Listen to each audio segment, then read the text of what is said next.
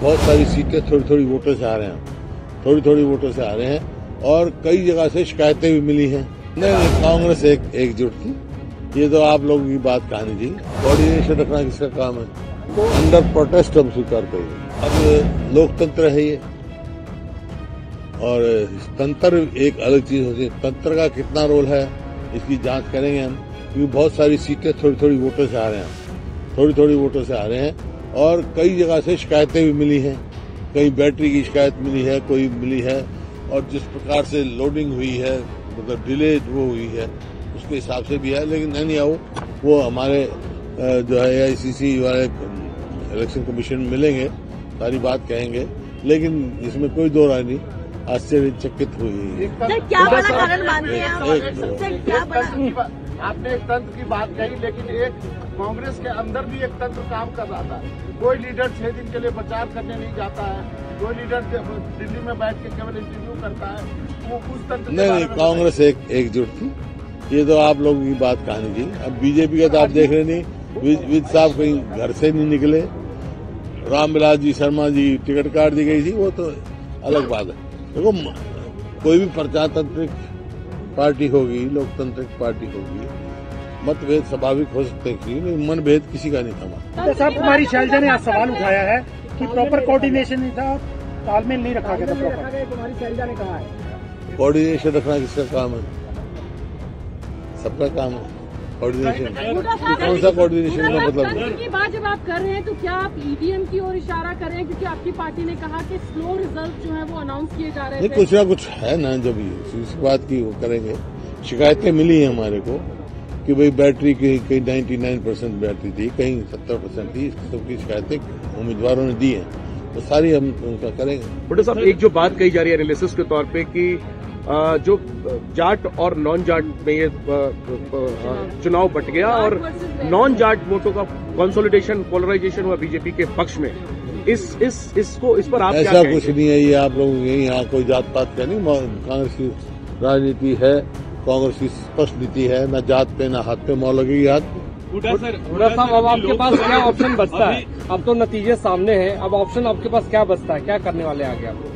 आगे क्या करने वाले हैं? प्रजातंत्र है, जहाँ लोगों ने जो फैसला होगा स्वीकार करेंगे हम। लेकिन जो है, कहाँ कुछ रही है तंत्र में, कहाँ कुछ हुआ, उसकी जरूर हम। भूपेंद्र सर, EVM को लेकर लोकसभा चुनाव में भी तमाम सवाल खड़े हुए थे।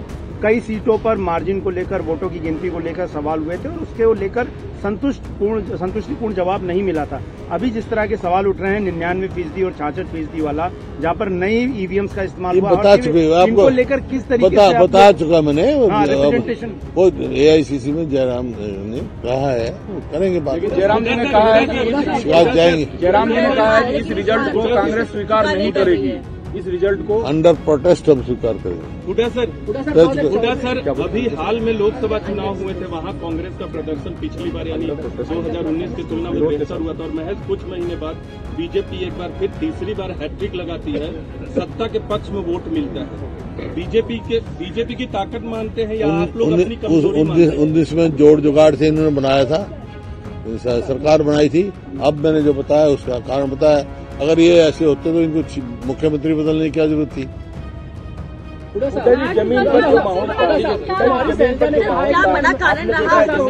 जमीनी माहौल था, बिल्कुल बदलाव के पक्ष में था। वही मैं कह रहा हूँ, आश्चर्यचकित हुए। हुड्डा साहब, कुमारी शैलजा ने कहा है कि जो जिम्मेवार लोग हैं हार के लिए, उनके खिलाफ कार्रवाई होनी चाहिए। होनी चाहिए। कौन लोग? पार्टी जांच करेगी। आपको लगता है कोई है हार के जिम्मेवार? मेरे को क्या पता। कोई अगर किसी को होगा शिकायत तो पार्टी भी जाएगी, कमेटी बनेगी पार्टी की, पूरी होता है। इसमें तो एक प्रथा है पार्टी। हुड्डा साहब, ये तीसरा चुनाव है जो देखा गया है कि छत्तीसगढ़, मध्य प्रदेश और हरियाणा जीती हुई बाजी आपके हाथ से, कांग्रेस के हाथ से निकल जाती है। क्या आपको क्या लगता है कि इसका अध्ययन होना चाहिए? क्या ये आप लोग भी अध्ययन करो इसका। सर, एक आखिरी सवाल सर, इस चुनाव में आप लोग भी अध्ययन करो। सर, इंडिया गठबंधन इस चुनाव में एकजुट नहीं रह पाया। आम आदमी पार्टी के साथ आप लोगों की बातचीत चली, जो बन नहीं पाई बात, समाजवादी पार्टी के साथ गठबंधन की बात नहीं हुई। क्या मानते हैं? आपको हमारी बात क्या पता? गठबंधन समाजवादी के साथ कोई बात ही नहीं चली हमारी, ना उन्होंने कहा कभी, ना बात पार्टी ने कहा कि अगर होता हमारा तो आम आदमी चला था, हमने ऑफर किए थे, लेकिन आपने देखा क्या परफॉर्मेंस क्या थी। उस कमी की वजह से क्या ये परिणाम आया यहाँ? अरे नहीं ये क्या अलायंस की बात है, नहीं हमारे वो हुआ। सर इसी से एक मिनट में सीपीएम ने मांगी सीट हमें दे दी।